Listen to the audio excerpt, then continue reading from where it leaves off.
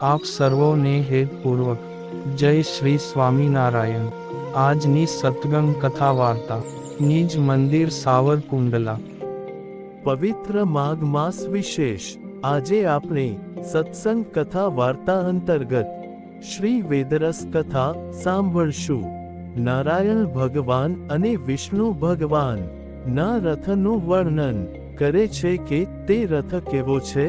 તો લાખ જે શ્વેત ચામર ને 10,000 જે દર્પણ તેણે કરીને શોભાયમાન ને ઝીણું ને અગ્નિમાં શુદ્ધ થાય એવું જે કાશાય વસ્ત્ર તેણે શોભિત ને સાચા રત્નના જે 1000 કળશ તેણે યુક્ત ને શ્રેષ્ઠ જે પાર્ષદ તેણે યુક્ત ને તે રથ સુવર્ણનો ને 100 સૂર્ય સરખું તેનું તેજ છે।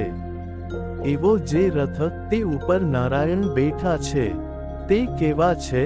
તો શ્યામ મનોહર અતિ સુંદર ને શંખ ચક્ર ગદા ને પદ્મ તેના ધરતલ અને પીતાંબર વસ્ત્ર પહેર્યા છે ને શ્રેષ્ઠ મુગટ મસ્તક ઉપર ને વનમાળા એ કરીને શોભાયમાન ને ચંદન અગર કસ્તુરી ને કુમકુમ તેણે કરીને ચર્ચિત ને 4 ભુજા હસ્તુ મુખ ને ભક્ત ઉપર દયાવાળા ને મણિમાં સાર એવા જે મણિ તેના ઘરેણા પહેર્યા છે ને વળી તે નારાયણને પડખે શુક્લ છે વર્ણ જેનો એવી ને વેણુની વીણા છે જેના હાથમાં એવી ને વિદ્યાની અધિષ્ઠાત્રી દેવી ને જ્ઞાન સ્વરૂપ એવી જે સરસ્વતી તે બેઠા છે અને જમણે પડખે તપાવેલ સુવર્ણ સરખો છે વર્ણ જેનો એવા જે મહાલક્ષ્મી તે બેઠા છે।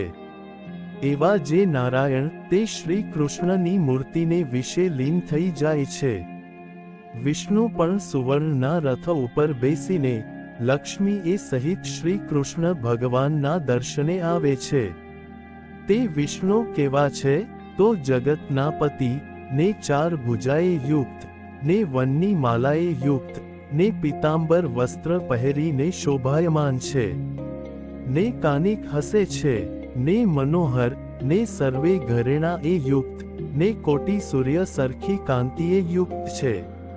એવા જે વિષ્ણુ તે પણ શ્રી કૃષ્ણના દેહને વિશે લીન થઈ જાય છે અને શુદ્ધ સ્ફટિક મણિના સરખી છે કાંતિ જેની એવા જે સંકર્ષણ તે શ્રી કૃષ્ણ ભગવાનની સ્તુતિ કરે છે।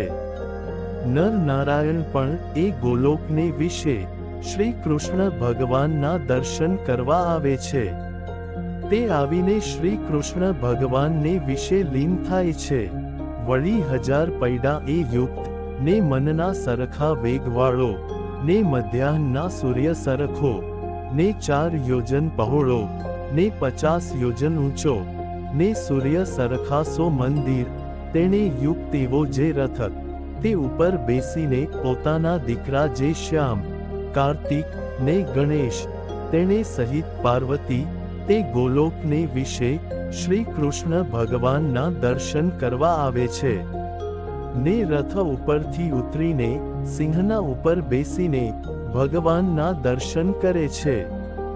શિવ પણ પોઠિયા ઉપર બેસીને શ્રી કૃષ્ણ ભગવાનના દર્શન કરવા આવે છે ને બ્રહ્મા પણ સાવિત્રી એ સહિત તે ગોલોકને વિશે ભગવાનના દર્શન કરવા આવે છે ને ધર્મ પણ મૂર્તિએ સહિત રથ ઉપર બેસીને ભગવાનના દર્શન કરવા આવે છે। એવો જે સર્વ વિભૂતિઓએ યુક્ત ગોલોક તે વિરજા નદી એ કરીને વ્યાપ્ત ને શતશૃંગ પર્વતે વ્યાપ્ત છે ને વિરજા નદી કરોડ જોજન પહોળી ને એથી અડધી ઊંડી ને 10 ગણી લાંબી છે।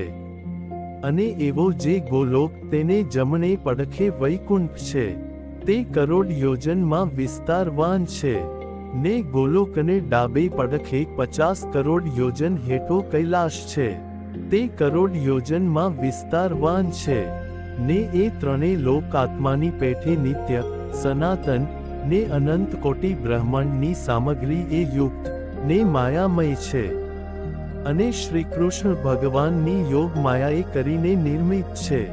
વળી શ્રી કૃષ્ણના ચરણારવિંદમાંથી જેને પ્રીતિ ઓછી થાય અને એ વિભૂતિઓને વિશે પ્રીતિ થાય તો તે જીવ જન્મ મરણને પણ ભોગવે, ને જો ભગવાનના ચરણારવિંદને વિશે જેને પ્રીતિ હોય તે ગોલોકને વિશે રહે, ને જો ચરણારવિંદને વિશેથી પડે તો સદ અસદ વાસના એ યુક્ત થઈને બ્રહ્માંડોને વિશે વાસના અનુસારે જન્મને પામે છે.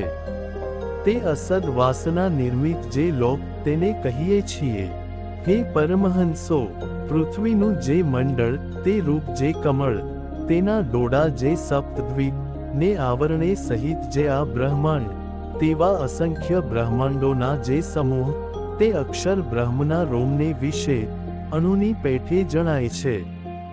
અને તે બ્રહ્માંડને વિશે ભગવાનના જે અવતારાદિકને નારદાદિક જે સંત તે જીવોના કલ્યાણને અર્થે વિચરે છે, તેના દ્વારા જીવનું કલ્યાણ થાય છે.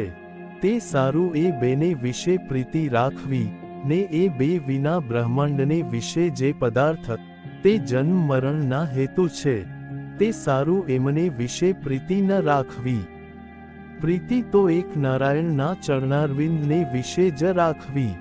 બીજું આ દેહને વિશે સુષુપ્તિનો જે સાક્ષી અને બ્રહ્માંડને વિશે માયાનો સાક્ષી, એ બે સત્ય છે. અને એ વિના જે સ્થૂળ, સૂક્ષ્મ ને કારણ અને વિરાટ, સૂત્રાત્મા ને અવ્યાકૃત, એ સર્વે અસત્ય ને કાળનો ભક્ષ છે. વળી આ જીવ બ્રહ્માંડને વિશે કર્મે કરીને ભમે છે. તે જેવું કર્મ કરે તેવી તેને દેહની, અને તેવા તેને લોકની, અને તેવા તેને દુઃખની પ્રાપ્તિ થાય છે. આમ પુરુષોત્તમ ભગવાન શ્રી કૃષ્ણ અને તેના અવતાર સ્વરૂપની વિગતિ કહી સંભળાવી. અને હવે પછીની કથા વાર્તા આપણે આગળના ભાગમાં સાંભળશું. અત્યારે આપ સર્વોને ભાવથી જય શ્રી સ્વામિનારાયણ.